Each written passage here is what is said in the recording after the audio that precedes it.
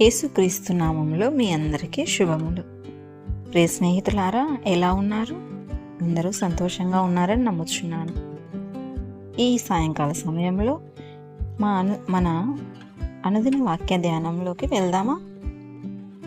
7 సంఘముల గురించిన వివరణలో మనము మొదటి సంఘం ఎఫెసు సంఘం, రెండవ సంఘము స్ముర్నా సంఘం గురించి తెలుసుకున్నాము.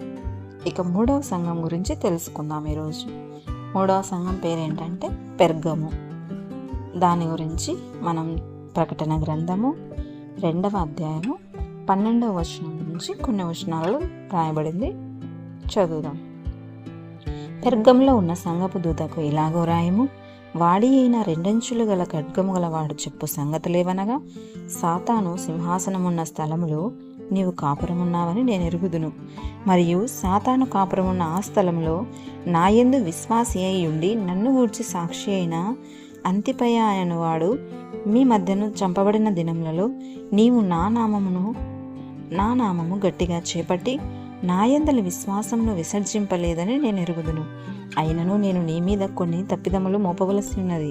అవేవనగా, విగ్రహములకు బలి ఇచ్చిన వాటిని తినునట్లును, జారత్వము చేయనట్లును, ఇశ్రాయేలీలకు ఉరియొడ్డుమని బాలాకునకు నేర్పిన బిలాము బోధను అనుసరించువారు నీలో ఉన్నారు. అటువలనే నీ కొలాయితీల బోధన అనుసరించు వారును నీలో ఉన్నారు.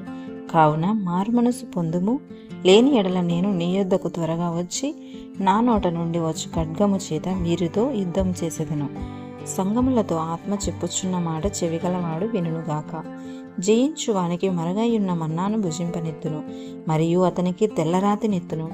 ఆ రాతి మీద చెక్కబడిన యొక్క క్రొత్త పేరుండును. పొందిన వానికే గాని అది మరి ఎవనికి తెలియదు.